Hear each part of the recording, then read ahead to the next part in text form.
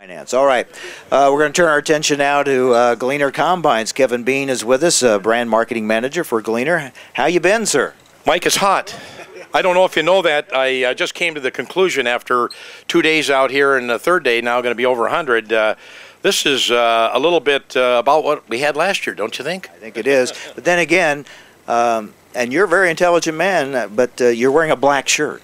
Yeah, you know, I for some reason, I don't know if it's magnetic or if I just absorb heat, but Mike, I think black shirts are not the way to go on a 100-degree day. But you know what? I think in a lot of cases, I don't mind being out in the heat when you have a lot of customers. It's been a great 2 days, I think, for everybody here at Farm Progress Show, because I think we're really surprised at you know, the attitudes of farmers, and you know, they recognize that this is part of what we deal with in agriculture. Is you know, we can have years like this, but I think everybody has looked at it in a positive light. That's interesting because there's been this growing question. You know, we talk about all the impacts of the drought, what it's going to be like, and one of the first topics that have come up: what's it going to mean for equipment sales? Well, you know, it's amazing because many of these farmers out here obviously have come off of some pretty darn good years.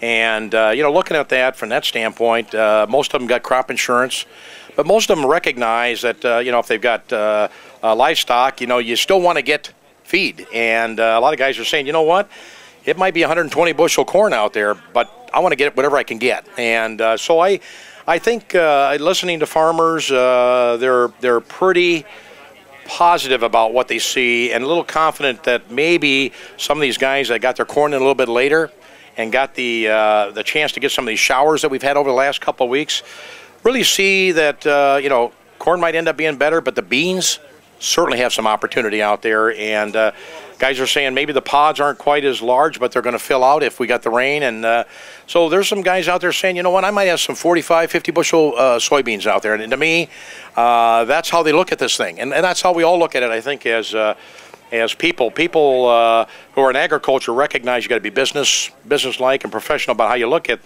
what we got to deal with, and that's the weather. So. Well, let's talk about Gleaner Combines. You and I have talked often about the changes, the improvements, the evolution of the Gleaner Combine, and it's an amazing process that has been going on.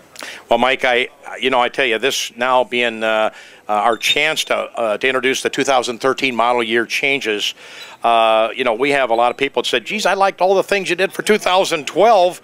You mean to tell me you got more? And so we're, as I had said earlier, we're kind of on a journey, and our commitment for Gleaner is to increase capacity. And we are doing that as we start touching the functional areas of the combine. And the fun part about it is we have customers now with a lot of our online videos, a lot of what we've been doing on YouTube, our 2011 roadshow. We had come out here earlier in the spring that talked about what we had last year, and we're now working on the 2012 roadshow. And next week I'll be in Saskatchewan up there harvesting canola. A week after we'll be back down in corn and beans because we'll be hopefully in full swing. And what we're going to do is tell the story about what the harvest is all about and how Gleaner is delivering on that promise of cleaner grain, lower loss levels. And the big thing that we have people coming to the display lot is they're looking at what the difference in weight is. We are attacking every opportunity we can on getting more efficiency. Our lighter weight platform, Gleaner's low center of gravity, is proving out to be a very big advantage for farmers. And when you come to our lot, you'll see a Gleaner on a hill talking about our exclusive accelerator roll technology and the fact that we don't have to fight the slope sensitivity as everybody else has. And we have another combine there with a 15,763 pound simulated weight up in the grain tank, and everybody walks up and says, what are you doing? You know, what are you doing with this big heavy weight out there? And we're saying that's the difference. That's the difference between that Gleaner S77 right there and a competitive combine that we have out there right now, and many of our competitors are much heavier as well. It's about weight. It's about why do you want to carry laden weight through the field and burn up needless energy in fuel and in horsepower when you don't have to. you and I have talked about this in the past, so we're talking about a significant difference between the Gleaner Combine and others in that weight. Well, it's the big thing right now. Compaction is a huge issue.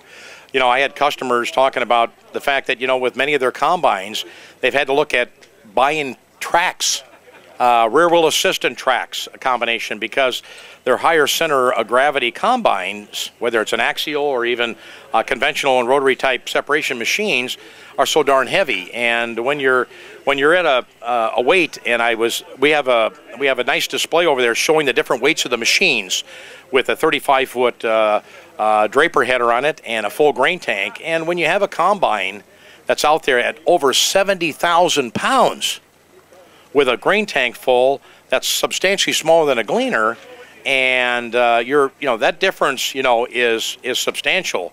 35 tons in a field is a lot of compaction to have to deal with.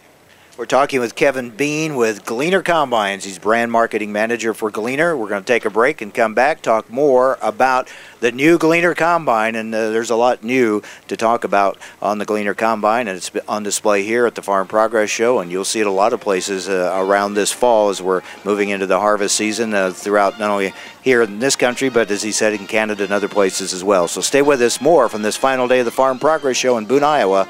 This is AgriTalk.